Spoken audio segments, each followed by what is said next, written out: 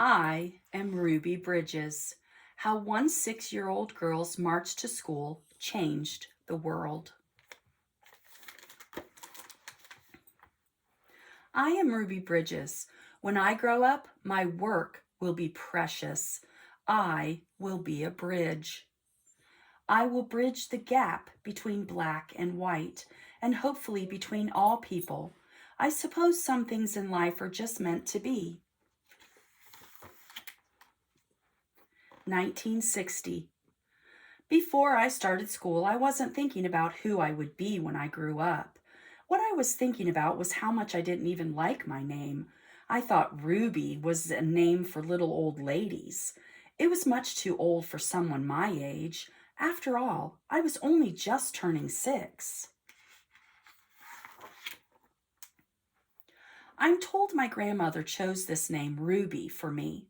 Well, that explains it. No wonder it's such an ancient name. But I so loved my grandmother.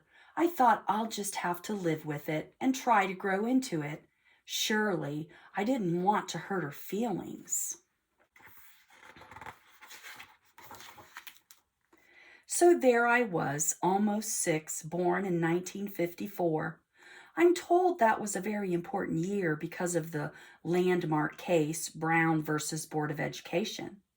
That was when the court banned segregation in schools.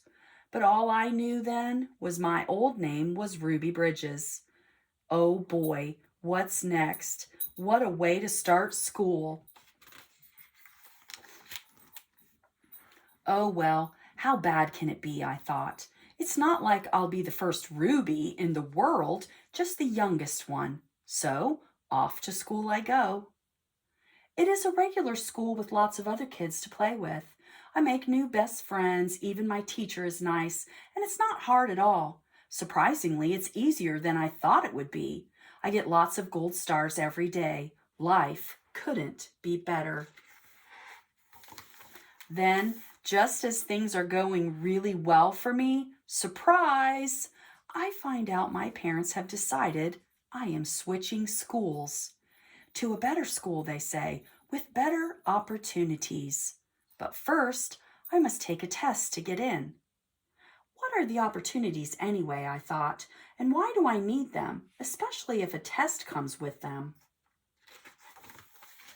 So, then I thought, I'm already getting gold stars, so how hard can it be? Besides, there's no turning back now. It's what my parents want for me. And guess what? Another gold star. I passed the test. Can you believe it? How lucky can an almost 6-year-old with an old name like Ruby be? I was about to find out because my mom said I would be starting a brand new school the next morning and I had better behave. First day. No more walking to school with my best friends. There are 4 very tall men at the door to drive me to school, and they're white men. Who in the world are they? And who told them I needed a ride to school anyway? Federal marshals, they tell me, sent by the President of the United States. Federal marshals sent just for me? Wow, that must have been a very special test that I'd passed because they said I'm the first. The first what, I thought. I didn't find out what being the first really meant until the day I arrived at this new school. Those 4 very tall white men, they escort me into the building, past lots of screaming white people who line the streets outside the school. It really looks like Mardi Gras to me, but they aren't throwing any beads. What's Mardi Gras without beads? Once I get inside, I meet the new principal, and she is white too. I wasn't taken to my new classroom until the next day.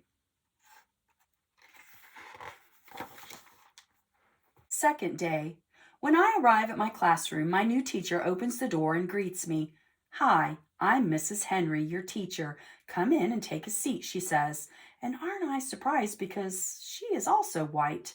I never had a white teacher before. And the biggest surprise of all, I'm the only kid in the class.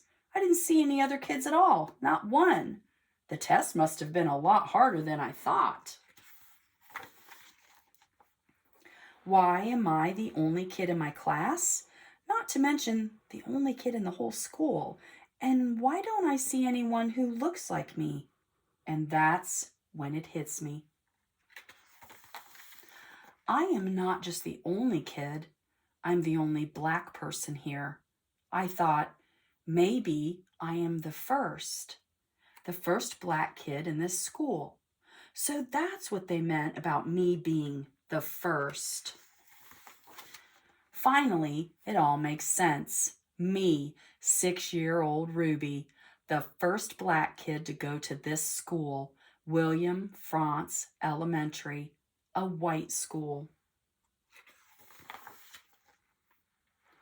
When I asked my mom, she said, yes, it was an all-white school until the laws changed, when Brown versus Board of Education won their case in the Supreme Court. Now, all black kids can go to any school they like alongside white kids.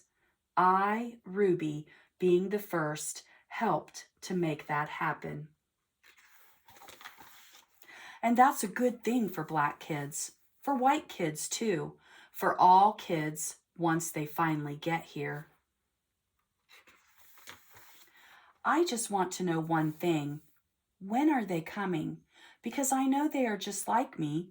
Who cares what colors we are? I'm just happy Brown versus Board made it right. School is just school and kids are just kids. I'm sure they'll all show up soon enough. I can't wait. I guess being 6 with an old name like Ruby isn't so bad after all. I suppose some things in life are meant to be.